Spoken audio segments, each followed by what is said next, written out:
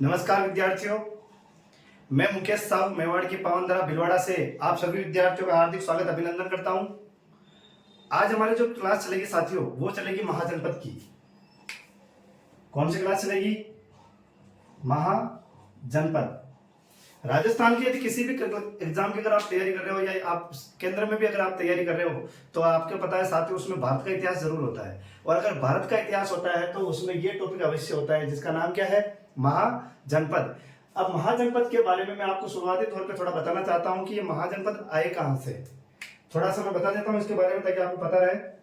साथियों, इतिहास को 3 भागों में बांटा गया है। कितने भागों में? 3 भागों में। एक आता है प्रागैतिहासिक काल। प्रागैतिहासिक काल। एक आएगा आद्य ऐतिहासिक काल। आद्य ऐतिहासिक काल। और तीसरा आएगा आपके ऐतिहासिक काल। ऐतिहासिक काल। इन तीनों को अलग अलग भागों में बांटा गया है। इतिहास को 3 भागों में बांटा गया है: प्रागैतिहासिक काल, आद्य ऐतिहासिक काल और ऐतिहासिक काल। यहाँ के लोगों को पढ़ने लिखने की जानकारी नहीं थी, इस वजह से इसको अलग किया गया था।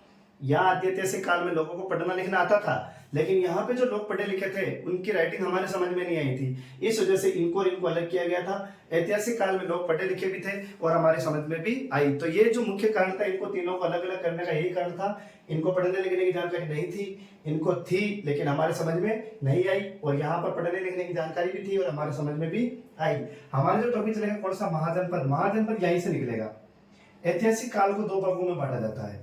आपने सुना होगा साथियों, एक तो सैंधव काल जिसमें आप सिंधु घाटी सभ्यता पढ़ते हो। एक आएगा वैदिक काल। कौन कौन से काल है? सैंधव काल और वैदिक काल। सैंधव काल का समय होता है साथियों 2500 से 1500 ईसा पूर्व। 2500 से 1500 ईसा पूर्व। जबकि वैदिक काल का आता है 1500 से 600 ईसा पूर्व। ये आपके वैदिक काल को भी आद्य ऐतिहासिक काल को 2 भागों में बांटा गया: सैंधव काल, वैदिक काल। सैंधव काल कब से कब तक अगर पूछे तो 2500 से 1500 ईसा पूर्व। वैदिक काल कब से कब तक है? 1500 से 600। अब वैदिक काल को भी 2 भागों में बांटा गया है। एक आता है आपके पूर्व वैदिक काल, पूर्व वैदिक काल, और दूसरा आता है आपके बाद वाला जो आएगा उसे कहते हैं उत्तर वैदिक काल। कौन सा काल? उत्तर वैदिक काल। पूर्व वैदिक काल का समय पूछे तो 1500 से 1000 ईसा पूर्व। और अगर इसका पूछे उत्तर वैदिक काल का तो 1000 से 600 ईसा पूर्व। ठीक है साथियों, समझ में आ रहा है? वैदिक काल को 2 भागों में बांटा गया: पूर्व वैदिक काल, उत्तर वैदिक काल। पूर्व वैदिक काल का समय कितना है? 1500 से 1000, और इसका कितना है? 1000 से 600 ईसा पूर्व। अगर हम बात करें सबसे पहले पूर्व वैदिक काल में, तो साथियों पूर्व वैदिक काल में जो सबसे छोटी इकाई थी वो परिवार थी। यही लिख देता हूं, पूर्व वैदिक काल। यहां पूर्व वैदिक काल में सबसे छोटी इकाई क्या थी? परिवार। परिवार जो थी सबसे छोटी इकाई। और अगर पूछे जंग तो ये सबसे बड़ी इकाई थी। सबसे बड़ी इकाई। इकाई का मतलब होता है संगठन, यानी कि आज हमारे जो सबसे बड़ी जो इकाई है वो कौन सी है? देश है। सबसे पहले उस समय छोटी इकाई कौन सी थी? आपके परिवार। सबसे बड़ी इकाई कौन सी थी? जंग। तो साथियों इसमें देखो 2 चीजें। परिवार सबसे छोटी इकाई थी। आज भी हम अगर व्यक्ति अगर किसी के लिए सोचता है तो किसके लिए सोचता है? परिवार के लिए। आज भी हम किसके लिए सोचते हैं? परिवार के लिए। आगे भी हम किसके लिए सोचेंगे? ज्यादा से ज्यादा अगर 2 परिवारों में आपस में लड़ाई होगी तो आपको पता है आप हमेशा किसका साथ दोगे? आपके परिवार का। यदि किसी 2 परिवार के अंदर कोई सामाजिक कार्य, कोई त्योहार, कोई सांस्कृतिक गतिविधियां हो रही है तो भी आप सबसे पहले किसके साथ खड़े रहोगे? आपके परिवार वालों के साथ खड़े रहोगे, आपके समाज के साथ आप खड़े रहोगे। तो उस समय भी सबसे छोटी इकाई क्या थी? परिवार। कई सारे परिवार मिलकर गांव का निर्माण करते हैं। परिवार से क्या बनता है? ग्राम। आज भी हम देखते हैं, हमारे यहाँ पे देख लो, राजस्थान के अंदर गांव डाड़ियों के अंदर देख लो, 15 से 20 मकान मिलकर कई सारे गांव का 15 से 20 मकान मिलकर एक गांव का निर्माण करते हैं। आज कई जगह पे अपने भारत के अंदर जो छोटे छोटे गांव है उनमें आप ज्यादा से ज्यादा 15, 20, 25, 30 मकान देखते हो। तो यहाँ पर भी जो है 15-20 मकान मिलकर क्या बनाएंगे? ग्राम। कई सारे गांव मिलकर यहाँ पे विश्व का निर्माण करेंगे। किसका निर्माण करेंगे? विष, और विष मिलकर क्या बनेंगे? जन। तो ऋग्वैदिक काल के अंदर यानी कि पूर्व वैदिक काल को आपके ऋग्वैदिक काल कहा जाता है। इसी को क्या कहा जाता है? आपके ऋग्वैदिक काल, क्योंकि इसी में ऋग्वेद जो लिखा गया था इस काल में पूर्ण हो चुका था, इस वजह से इसे ऋग्वैदिक काल या पूर्व वैदिक काल कहा जाता है। पूर्व वैदिक काल के अंदर 4 इकाइयां थी, परिवार, ग्राम, विष, जन। आज भी हम देख लो, हमारे परिवार से क्या बनते हैं? गांव, गांव से हमारे क्या बना है? तहसील, तहसील से क्या बनते हैं? जिला, जिला, कई सारे जिले मिलकर क्या बनाएंगे?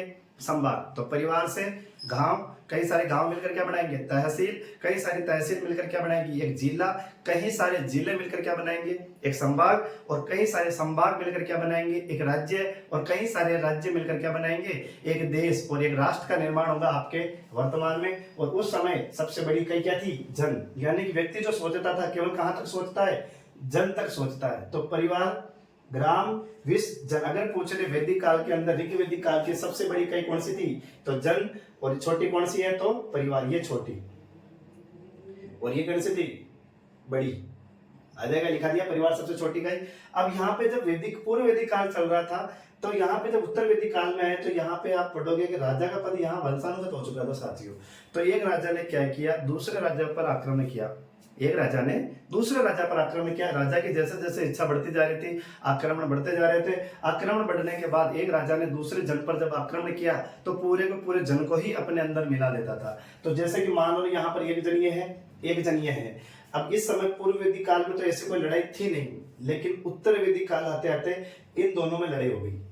जब लड़ाई हो गई यहाँ पे, तो इसने इस पे जीत लिया, और जीतने के बाद इसको किसमें मिला दिया? इसमें मिला दिया। तो एक और एक कितने हो गए? 2। यानी कि एक जनपद ये और एक जनपद ये, दोनों मिलकर क्या बनेंगे? जनपद बनेंगे। क्या बनेंगे? जनपद। तो साथियों, उत्तर वैदिक काल के अंदर जो सबसे बड़ी इकाई थी वो जनपद थी। यहाँ सबसे छोटी इकाई कौन सी हो जाएगी? परिवार। परिवार के बाद क्या जाएगा? ग्राम। ग्राम के बाद क्या जाएगा? विष। विष के बाद क्या जाएगा? जन। और जन से क्या बनेगा? जनपद। ध्यान रखना साथियों, उत्तर वैदिक काल की सबसे बड़ी इकाई ये है जनपद। उत्तर वैदिक काल की सबसे बड़ी इकाई कौन सी है? बड़ी इकाई।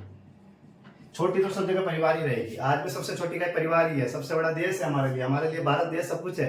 तो यहाँ पे सबसे छोटी इकाई परिवार, ग्राम, विष, जन और जनपद। जबकि पूर्व वैदिक काल में साथियों परिवार, ग्राम, विष, जन और यहाँ जनपद। अब क्या होता है, जब उत्तर वैदिक काल समापन की ओर आ रहा था, तो जनपद ने जनपद पर आक्रमण किया। एक जनपद ने किस पर आक्रमण किया? दूसरे जनपद पर आक्रमण किया। जैसे एक जन, 2 जन या 2-3 जन मिलकर क्या बने? जनपद। अब एक बड़ा जनपद, एक दूसरा जनपद। जैसे मान लो भीलवाड़ा, भीलवाड़ा को आप मान लो जनपद। क्या मान लो? एक भीलवाड़ा जनपद मान लो, एक चित्तौड़ जनपद मान लो। अब भीलवाड़ा वाले ने किस पर आक्रमण कर दिया? चित्तौड़ वाले पे आक्रमण कर दिया। और भीलवाड़ा वाले ने चित्तौड़ को भी किसमें मिला दिया? आपके भीलवाड़ा के अंदर मिला दिया। और इस तरह एक जिला ये, एक जिला ये, 2 जिले बनेंगे और किसका निर्माण होगा? महाजनपद का। तो इसी तरह आपके जो निर्माण होता है किसका? महाजनपद का। तो आपको भीलवाड़ा ने चित्तौड़ पर आक्रमण किया, एक जिला था पहले, फिर 2 जिले हो गए। जिले बड़े होंगे या छोटे होंगे साथियों? सीधी बात है, क्षेत्रफल बढ़ेगा। क्षेत्रफल बढ़ने की वजह से जनपद तो है, लेकिन अब जनपद क्या हो गया? महान हो गया, बड़ा हो गया। तो इसलिए नाम क्या रख दिया गया? महाजनपद। ठीक है साथियों, इसको मिटा रहा हूं, एक बार आप स्क्रीनशॉट ले लीजिए।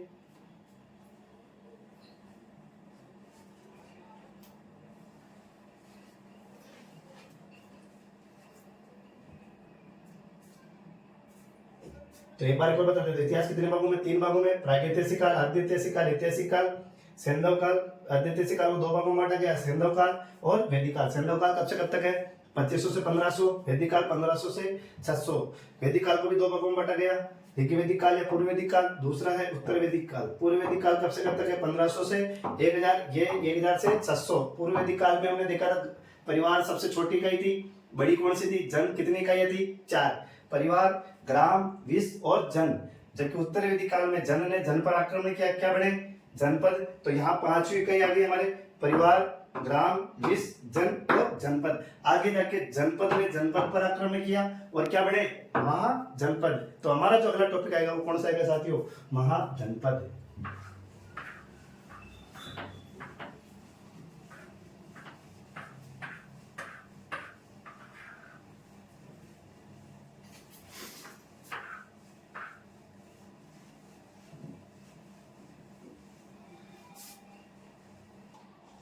सबसे पहले हम देखेंगे जानकारी।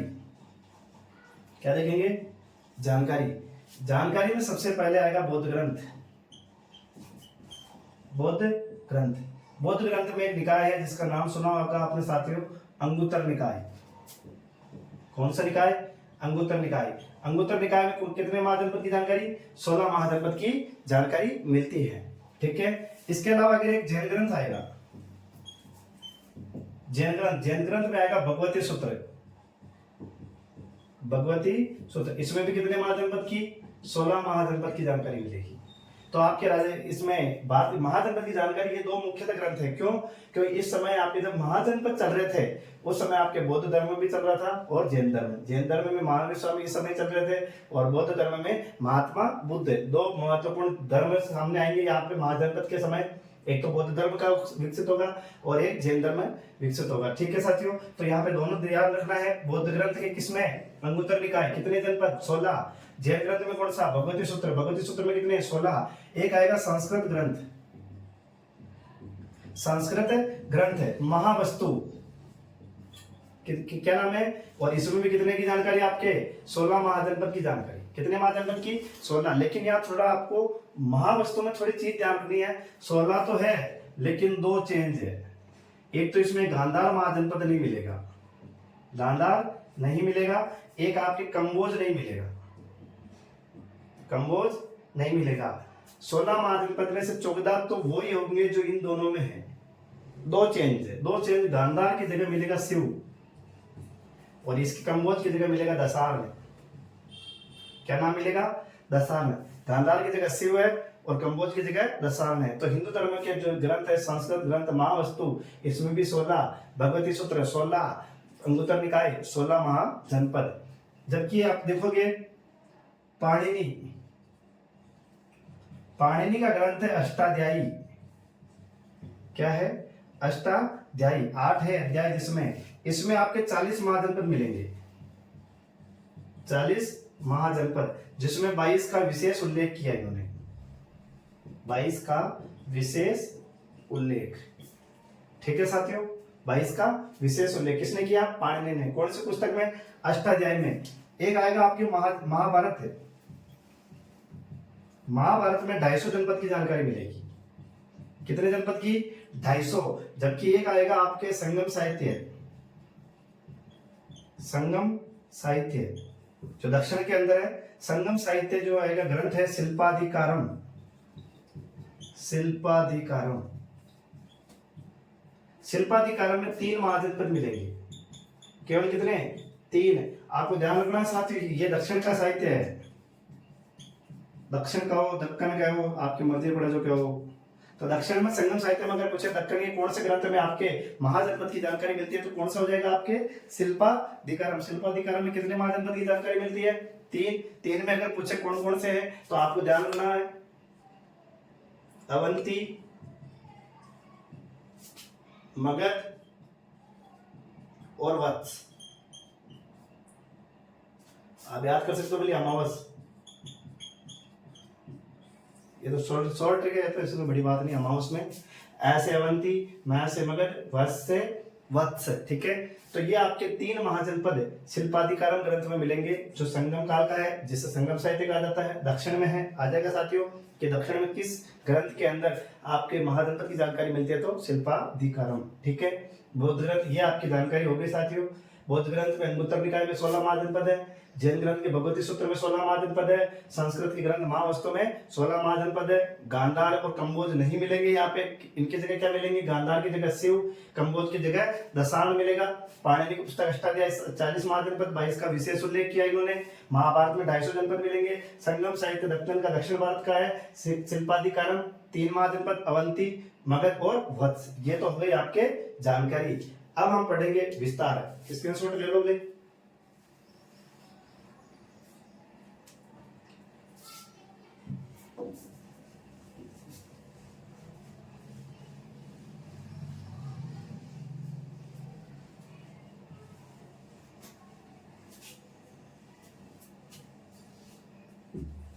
विस्तार साथियों मैप बना लेना ताकि आपको भी आसानी समझ में आए। वैसे मान जाना ये मेरा मैप है, फिर भी आपको कोशिश करूंगा मैप से ज्यादा समझाऊं। ये आपके प्यारा सा भारत है। थोड़ा सही बनाओ साथियों, बस ठीक है, आप मान जाना। देखो यहाँ पे सबसे यहाँ पड़ता है अंग, क्या पड़ता है? अंग। यहाँ पड़ता है कम्बोज, क्या पड़ता है? कम्बोज। इधर पड़ता है अवंती, और यहां पड़ता है अस्मक। यहां ले लो।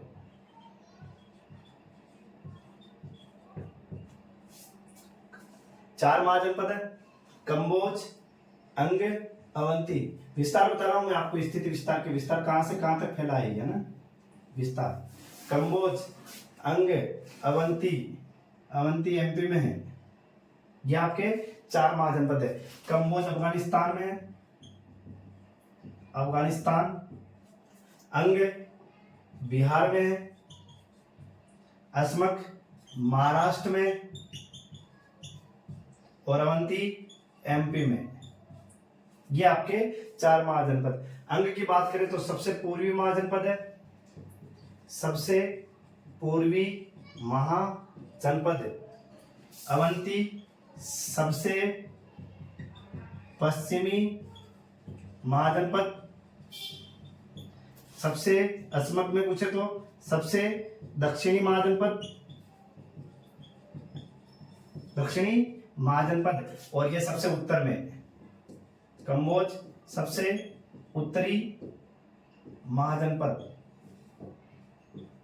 ये आपकी चार महाजनपद है। सबसे पूर्व में अंग है, सबसे पश्चिम अवंती, सबसे दक्षिण में अस्मक, और सबसे उत्तरी कम्बोज। ठीक है साथियों, ये ए नाम से ये सारे ध्यान रखना, तो इधर उधर मत कर देना।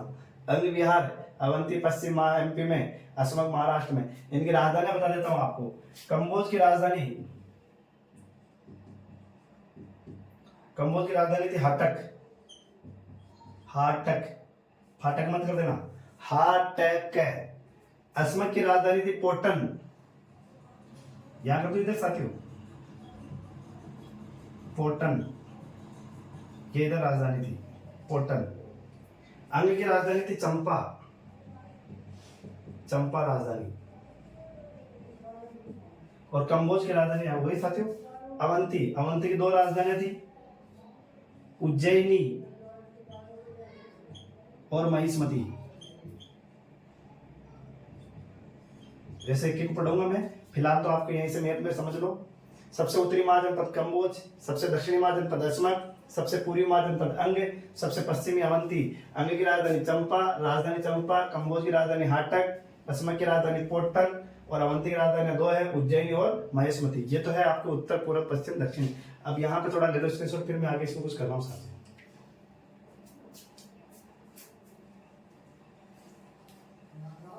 देखो उसमें क्या है, अगर इसकी बात करें आकृति की, किसकी? आकृति की, तो साथियों यूं है।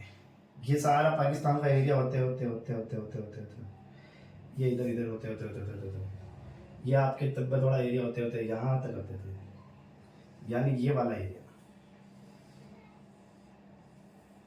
ये, और फिर यहां से जाएगा ये सीधा ये। ठीक है साथी, ये वाला, ये है ना, ये ऊपर का उत्तरी महाजनपद। अगर पूछे आकार, आकार की बात करें, अगर आपको पूछे उत्तरी महाजनपद की,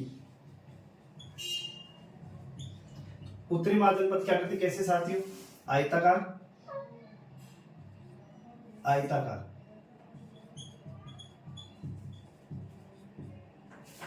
और दक्षिणी महाजनपद की पूछे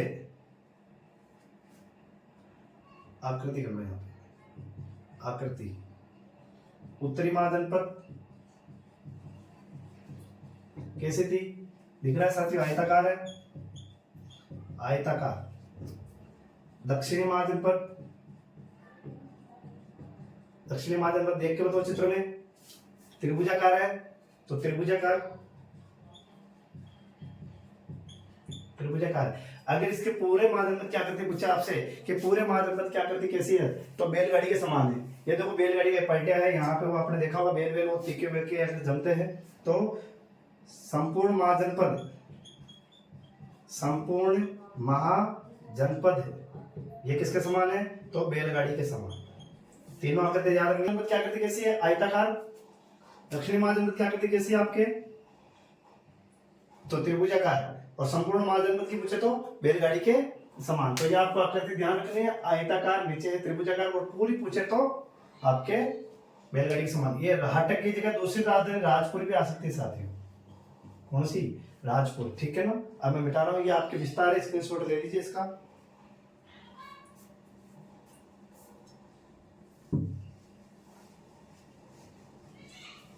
अगला हमारा पहला महाजनपद आएगा काशी महाजनपद। कौन सा? काशी महाजनपद। एक तरफ समझाऊंगा, एक तरफ लिखते जाऊंगा ना। किधर समझ लेते? इधर समझ लेते हैं। ये आपके पहला महाजनपद चलेगा काशी महाजनपद।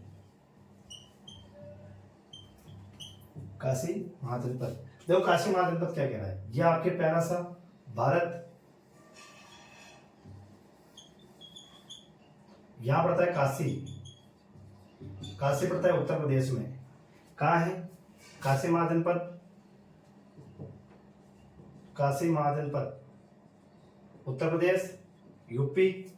काशी के अंदर जो है 2 नदियां आती है। कितनी नदी आती है? 2। यहाँ पे 2 नदी आती है। इन दोनों नदियों की, एक नदी का नाम है वरुणा, एक का नाम है अस्सी। क्या नाम है? अस्सी। वरुणा और अस्सी के संगम पर एक शहर बसा है जिसका नाम है वाराणसी। क्या नाम है? वाराणसी। तो वाराणसी जो है ये 2 नदियों के नाम पर पड़ा है, वरुणा और अस्सी। तो वाराणसी जो है कौन से महाजनपद की राजधानी है आपके? काशी महाजनपद की राजधानी। काशी महाजनपद जो है इसका सबसे पहली बार उल्लेख मिलता है अथर्ववेद में। कौन से वेद में? अथर्ववेद में। ध्यान रखना है, काशी का अथर्ववेद 4 वेद है, ऋग्वेद, यजुर्वेद, सामवेद, अथर्ववेद। अथर्ववेद के अंदर कौन से महाजनपद की पहली बार जानकारी मिलती है? तो काशी महाजनपद की जानकारी अथर्ववेद में मिलती है। अथर्ववेद में मिलती है। इसको अथर्ववेद के अंदर काशी को अविमुक्त अभिधान क्षेत्र कहा गया। अविमुक्त अभिधान क्षेत्र किसको कहा गया? आपके काशी को। काशी की जानकारी अथर्ववेद में मिली। काशी जो राजधानी जो है वाराणसी है। वाराणसी वरुणा और अस्सी 2 नदियों के संगम पर स्थित है। काशी का उल्लेख अथर्ववेद में मिलता है। और काशी अविमुक्त अभिधान क्षेत्र। काशी का अगर संस्थापक पूछे, काशी की स्थापना किसने की? तो स्थापना की थी दिवोदास ने। किसने की थी? दिवोदास। तो यहां पे लिख देता हूं एक बार, काशी का संस्थापक दिवोदास। कौन सा दास? दिवोदास। राजधानी कौन सी है साथियों? राजधानी आपको पता है वाराणसी है, तो राजधानी वाराणसी। कौन कौन सी नदियां हैं? नदियां बनी, नदियों के संगम पहले तो वरुणा व अस्सी। 80 आ जाए तो 80, 80 आ जाए तो 80, ये कर लेना वाराणसी। ठीक है 80। जानकारी कहां मिली इनकी सबसे पहली बार? जानकारी अथर्ववेद में। अथर्ववेद में। अथर्ववेद में काशी को क्या कहा गया? अथर्ववेद में काशी को क्या कहा गया? अविमुक्त अभिधान क्षेत्र। अविमुक्त अभिधान क्षेत्र कहा गया। अविमुक्त अभिधान क्षेत्र कहा गया। अब देखो इसके अलावा इसमें क्या है? काशी का एक राजा हुआ करता था ब्रह्मदत्त। काशी का राजा कौन है? ब्रह्मदत्त। काशी, इसी के पास में इधर पड़ता है कौशल। क्या नाम है? कौशल। काशी के राजा ब्रह्मदत्त ने क्या किया साथियों? काशी के ऊपर कौशल पर आक्रमण किया। काशी के राजा ब्रह्मदत्त ने किस पर आक्रमण किया? कौशल पर आक्रमण किया। और कौशल को किस में मिला दिया? काशी में मिला दिया। किस में मिलाया? काशी में। किसने मिलाया? ब्रह्मदत्त ने।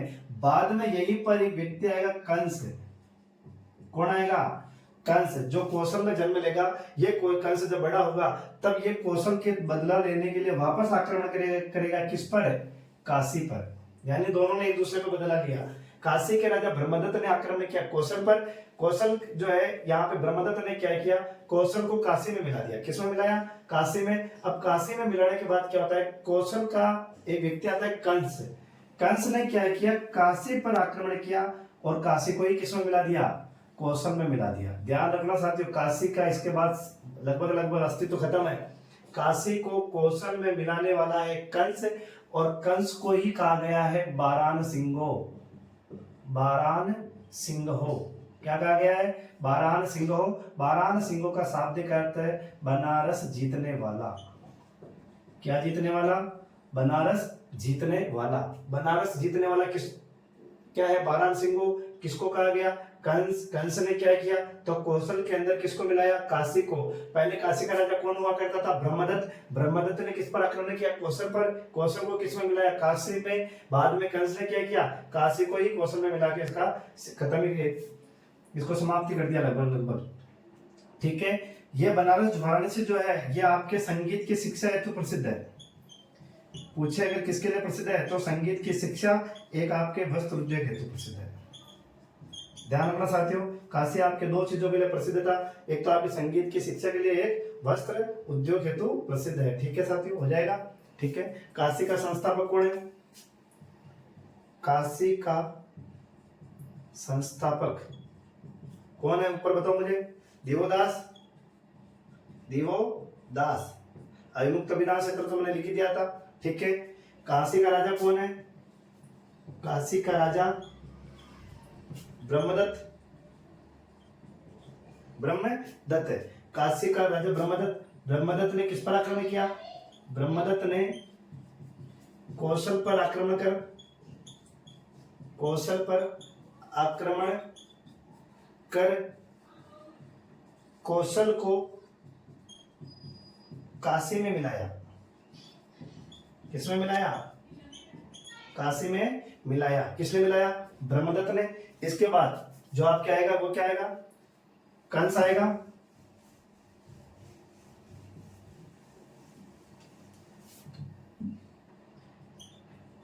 कंस नामक राजा ने बाद में काशी पर आक्रमण कर, काशी पर आक्रमण कर कौशल को, काशी